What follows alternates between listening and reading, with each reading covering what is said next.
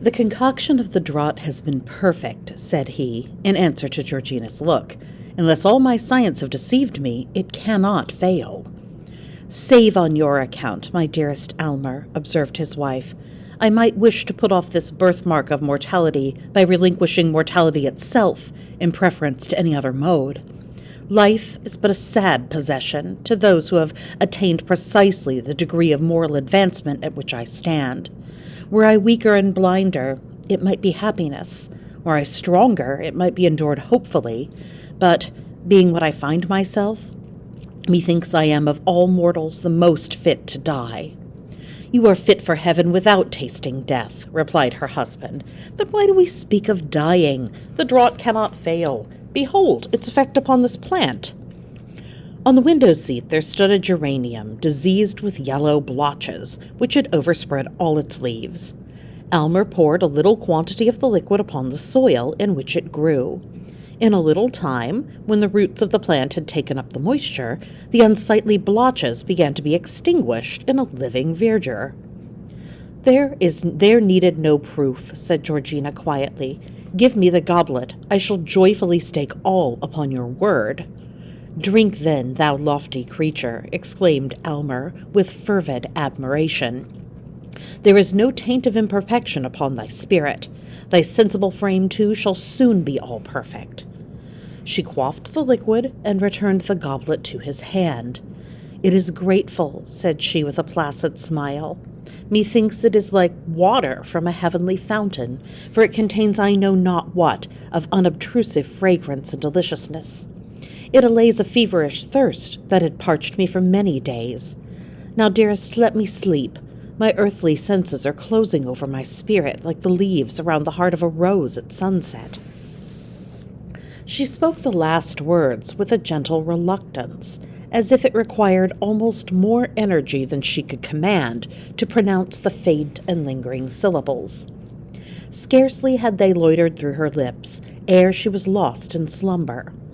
Almer sat by her side, watching her aspect with emotions proper to a man, the whole value of whose existence was involved in the process now to be tested. Mingled with this mood, however, was the philosophic investigation characteristic of the man of science. Not the minutest symptom escaped him. A heightened flush of the cheek, a slight irregularity of breath, a quiver of the eyelid, a hardly perceptible tremor through the frame. Such were the details which, as the moments passed, he wrote down in his folio volume. Intense thought had set its stamp upon every previous page of that volume, but the thoughts of years were all concentrated upon the last. While thus employed, he failed not to gaze often at the fatal hand, and not without a shudder. Yet once, by a strange and unaccountable impulse, he pressed it with his lips. His spirit recoiled, however, in the very act, and Georgina, out of the midst of her deep sleep, moved uneasily, and murmured as if in remonstrance. Again Almer resumed his watch, nor was it without avail. The crimson hand, which at first had been strongly visible upon the marble paleness of Georgina's cheek, now grew more faintly outlined. She remained not less pale than ever, but the birthmark, with every breath that came and went, lost somewhat of its former distinctness. Its presence had been awful. Its departure was more awful still. Watch the stain of the rainbow fading out of the sky, and you will know how that mysterious symbol passed away. "By heaven, it is well nigh gone," said Almer to himself, in almost irrepressible ecstasy. "I can scarcely trace it now. Success, success! And now it is like the faintest rose color. The lightest flush of blood across her cheek would overcome it.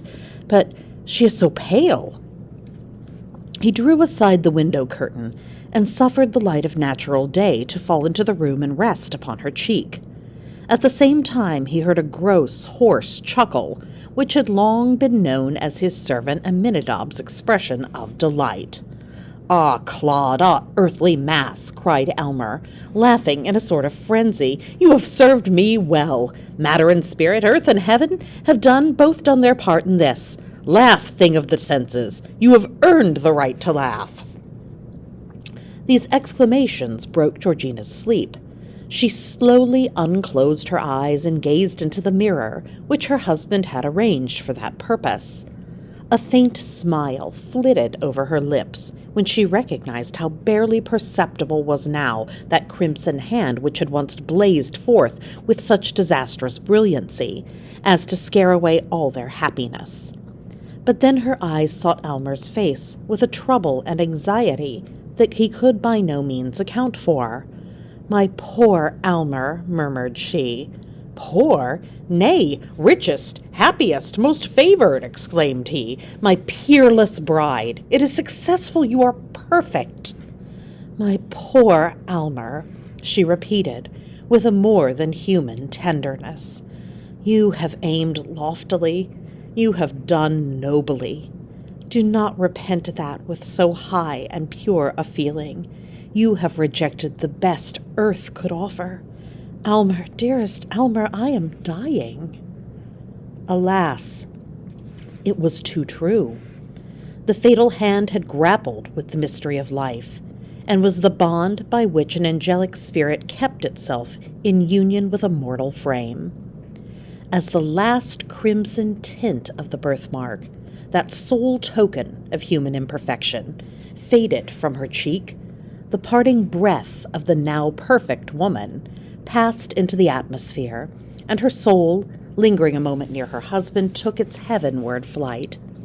Then a hoarse, chuckling laugh was heard again. Thus ever does the gross fatality of the earth exult in its invariable triumph over the immortal essence which, in this dim sphere of half-development, demands the completeness of a higher state. Yet, had Aylmer reached a profounder wisdom, he need not thus have flung away the happiness which would have woven his mortal life of the self-same texture with the celestial.